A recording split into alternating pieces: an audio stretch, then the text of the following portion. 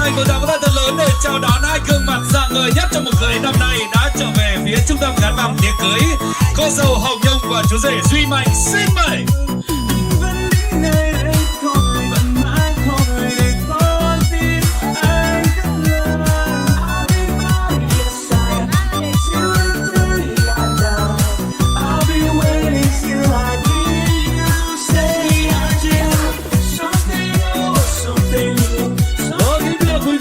Thân mến, đã hiện diện trên lễ đài hạnh phúc đó chính là cô dâu Hồng Nhung và chú rể Duy Mạnh.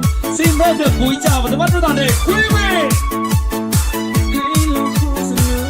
Vâng, kính thưa quý vị, quan khách thân mến, tình yêu và niềm hạnh phúc của đôi bạn trẻ sẽ luôn được trọn vẹn và đong đầy thêm nhờ sự chung tay vun đắp mái ấm gia đình đến từ những người cha người mẹ yêu dấu của mình. Và trong ngày vui hạnh phúc của đôi bạn trẻ ngày hôm nay để diễn kiến với toàn thể quý vị, cứ được chung vui với hai con yêu quý, xin được trân trọng giới thiệu và kính mời lên sân khấu. Phía gia đình họ nhà gái trân trọng kính mời ông Tòng Văn Tiến và bà Hoàng Thị Cương là thân sinh phụ mẫu của cô dâu, và trân trọng kính mời hai vị đại diện của gia đình họ nhà trai sẽ cùng trở về sân khấu hạnh phúc để diễn kiến toàn thể quý vị quan khách. Trân trọng kính mời.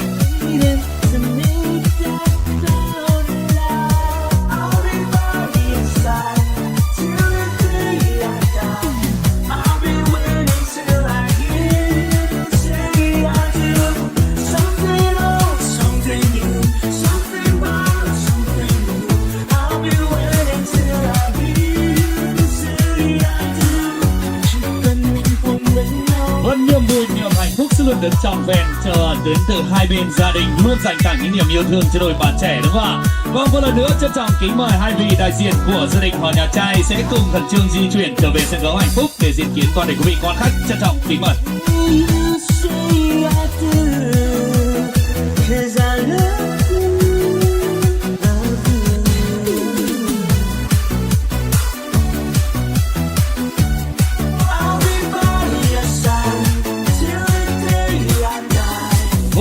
Quý vị có khách thân mến, như vậy đã hiện diện đông đủ trên lễ đài hạnh phúc là một đại gia đình hạnh phúc nhất trong một cưới năm nay. Thân sinh phụ mẫu của cô dâu và hai vị đại diện của gia đình họ nhà trai cùng với hai gương mặt rạng ngời nhất đó chính là cô dâu Hồng Nhung và chú rể Duy Mạnh. Ngay lúc này xin mời đại gia đình chúng ta hãy dành một cái cúi chào thật sâu để cảm tạ xin diện toàn thể quý vị. Xin mời. Kính thưa quý vị, có lẽ thân mến, tình yêu của đôi bạn trẻ đã được bắt đầu ngay từ cái nhìn đầu tiên, đúng không ạ? Và đôi bạn trẻ chúng ta đã nắm chặt bàn tay nhau để cùng nhau quyết định đến với hôn nhân và hạnh phúc gia đình. Bởi lẽ hoa đến mùa thì hoa phải nở, đò chặt người đò phải sang sông, đến duyên thì em phải lấy chồng. Bởi ông Tơ và Nguyệt đã xây dây, đôi bạn trẻ được kết duyên tơ hồng, lễ cưới nên vợ thành chồng đã thành hiện thực. Và để rồi niềm vui, niềm hạnh phúc đã đến với đôi bạn trẻ đúng vào ngày 8 tháng 2 năm 2025, tức ngày 11 tháng 1 năm Giáp Thìn tại gia đình họ nhà gái bản Lon Kéo, xã Triềng Mai. Chúng tôi đang long trọng xã Triềng Keo, xin lỗi quý vị. Chúng tôi đang long trọng tổ chức chương trình đại lễ vô quỳ cho đôi bạn trẻ Hồng Nhung và Duy Mạnh, cùng với sự hiện diện đông đủ của toàn thể quý vị với hàng trăm gương mặt nở nụ hoa hân hoan chào đón hạnh phúc với hai nhà chúng tôi. Đặc biệt hơn nữa, hôm nay được sự nhất trí của hai bên gia đình, sự chứng kiến của cơ quan chính quyền địa phương, sự chứng kiến của toàn thể quý vị quan khách, xin phép được trịnh trọng tuyên bố chương trình đại lễ vô quỳ của Hồng Nhung và Duy Mạnh chính thức được bắt đầu.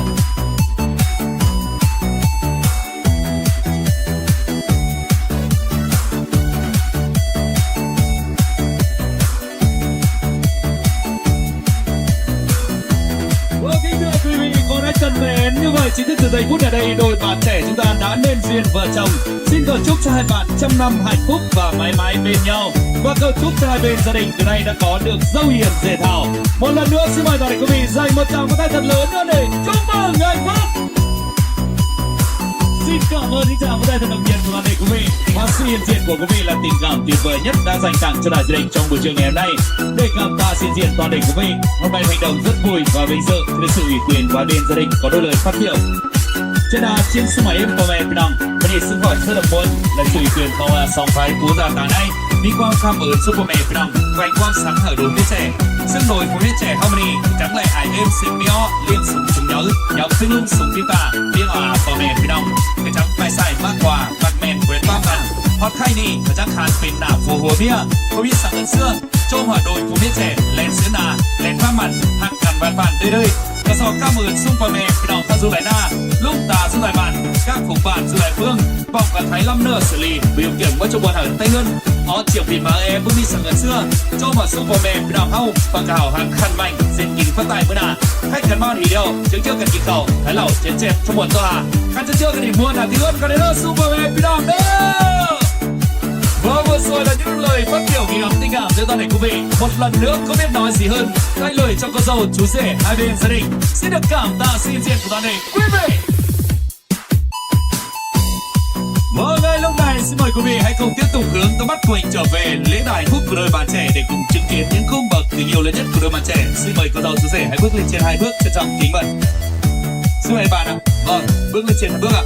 Và kính thưa cô dâu chú rể thân mến, tình yêu niềm hạnh phúc của hai bạn sẽ luôn được trọn vẹn và đong đầy thêm nhờ sự chung tay của những người làm cha làm mẹ, luôn dành những tình yêu thương cho những người con yêu quý của mình. Và nhân ngày vui đại lễ hai con yêu quý thì thân sinh phụ mẫu của cô dâu có một món quà tuyệt vời gửi tặng đến những con yêu quý của mình. Xin mời ông bà trao món quà tuyệt vời tới những người con yêu quý của mình. Xin trân trọng kính mời.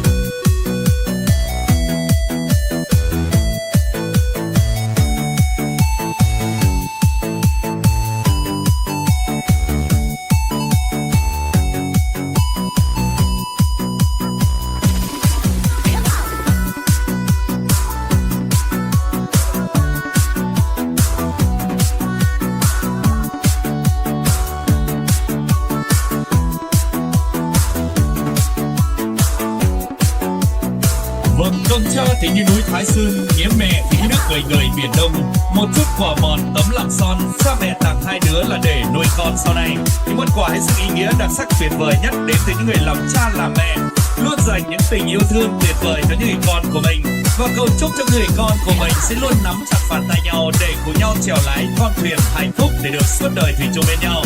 Và trân trọng cảm ơn món quà tuyệt vời đến từ thân sinh phụ mẫu của cô dâu. Vâng, kính thưa quý vị, con khách thân mến, tình yêu của đôi bạn trẻ sẽ luôn được trọn vẹn và đậm đầy thêm và đặc biệt được nhân lên gấp mỗi lần. Đó chính là tiếp tục những món quà tuyệt vời đến từ đài gia đình dành tặng cho đôi bạn trẻ.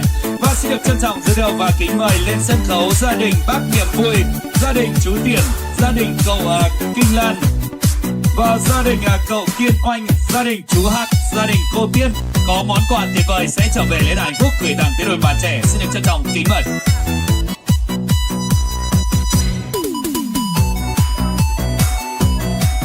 Vâng, một lần nữa xin được trân trọng kính mời gia đình chú Tiền, gia đình bác Niềm Vui, gia đình cậu Kinh Lan, gia đình cậu Kiên Oanh, gia đình chú Hạc, gia đình cô Tiền sẽ trở về sân khấu hạnh phúc trao món quà tuyệt vời của mình. Trân trọng kính mời.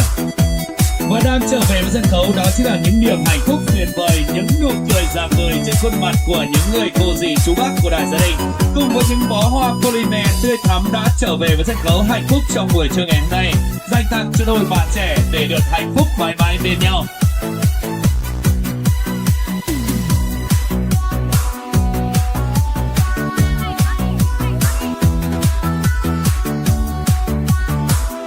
Vâng, sau khi trao món quà tuyệt vời xong hãy lưu lại một chút trên sân khấu ạ.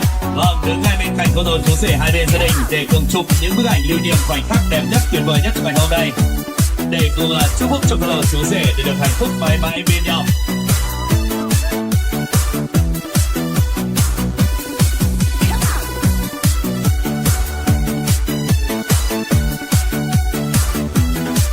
Và tiếp tục đang trở về với sân khấu hạnh phúc là những bó hoa tuyệt vời nhất trong ngày hôm nay để cùng trở về với sân khấu để cùng đong đầy thêm tình cảm trọn vẹn. Xin được trân trọng kính mời.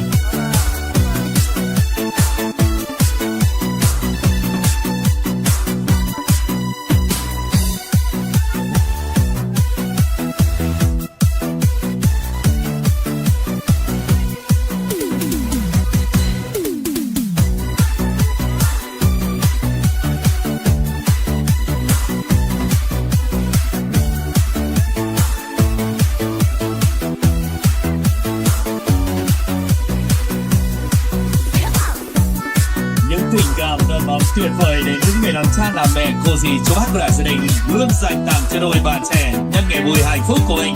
Một lần nữa xin được cảm ơn những món quà tuyệt vời đến từ đại gia đình dành tặng cho đôi bạn trẻ. Và kính thưa cô dâu chú rể thân mến, với một tình yêu hạnh phúc được trọn vẹn và ngay lúc này để minh chứng cho tình yêu của hai bạn, xin mời cô dâu chú rể tay trong tay bước đến bên tầng happy để cùng nhau rót tràn đầy những rượu hạnh phúc nhất trong cuộc đời của mình. Xin được trân trọng kính mời hai bạn.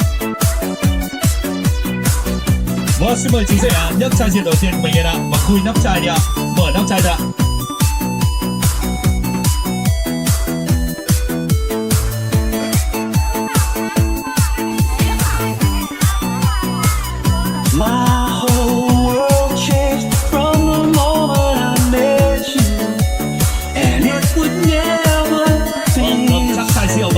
Sắp thật mạnh hết cỡ lên.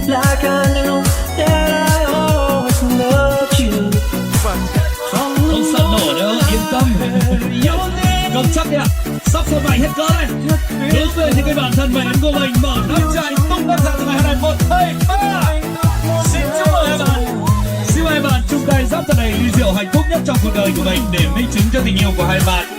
Cùng với những dòng rượu chảy xuống, vâng, sẽ được ví những dòng suối mát tô điểm nêu hương vị trong cuộc sống mai sau này của hai bạn.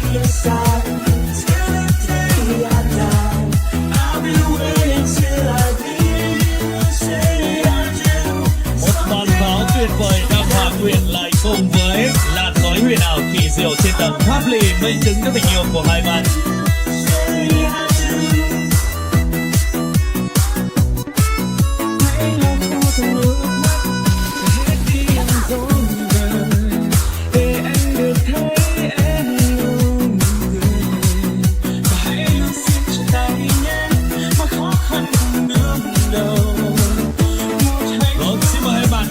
Chai rượu thứ hai của mình để cảm ơn công sinh thành dưỡng dục những người làm cha làm mẹ với những cảm tạ hiện diện toàn thể quý vị trở về với đại gia đình trong buổi trưa ngày hôm nay, dành tặng những tình cảm tuyệt vời, những lời chúc mừng tốt đẹp nhất tới niềm hạnh phúc của hai bạn.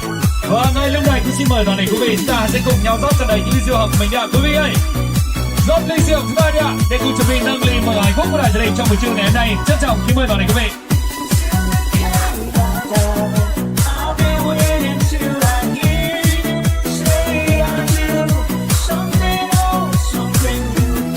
Có kinh nghiệm phết này. 100 nhân lớn người để quý vị dành tặng cho chú rể và cô dâu. 1, 2, 3. Vâng, xin chúc mừng hai bạn. Vâng, xin mời hai bạn rót xuống những ly rượu hết sức là đầm ấm tuyệt vời ngay phía dưới để cùng dâng lên những người cha người mẹ mình những chén rượu hiếu, rượu tình, rượu nghĩa, rượu chung. Nhân ngày vui đại lễ của mình, xin mời hai bạn hãy dâng lên cha mẹ mình những chén rượu thật nồng ấm tình cảm tuyệt vời nhất. Chú rể sẽ dâng lên phía bố mẹ vợ của mình, cô dâu sẽ dâng lên phía hai vị đại diện gia đình họ nhà trai. Không ai buồn dương. Vâng, xin mời cô dâu chú rể ạ. Xin mời quý vị rót những ly rượu chúng ta đi ạ quý vị ơi.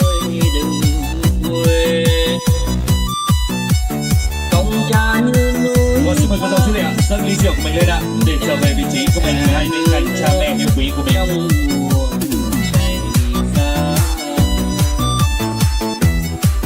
Và xa rồi tuổi thơ một ngày bình yên anh đã gặp em, lòng mang thương nhớ hai tiếng tình yêu hẹn ước cuộc đời. Và ngày hôm nay xin mời cô dâu chú rể quay mặt làm nhau ạ, dâng ly rượu mình lên ngoắc tay lại với nhau, cùng uống với nhau một ly rượu giao bôi để được suốt đời thủy chung với nhau. Xin mời bạn.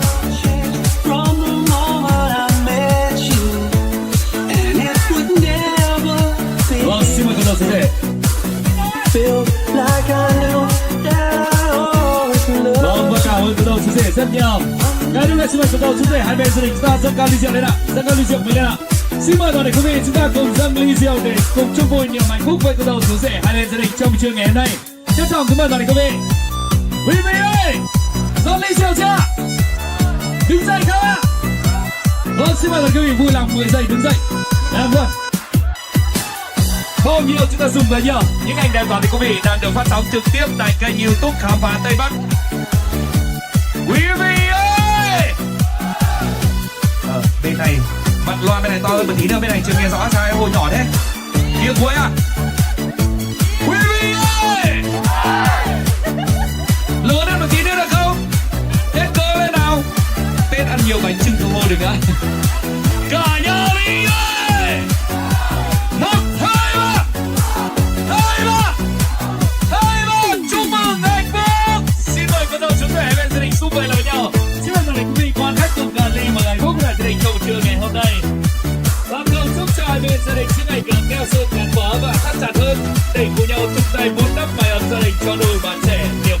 tuyệt vời. Và xin cảm ơn cô dâu chú rể hai bên gia đình rất nhiều cùng trở về lấy đài phúc xin kiếm mời quý vị.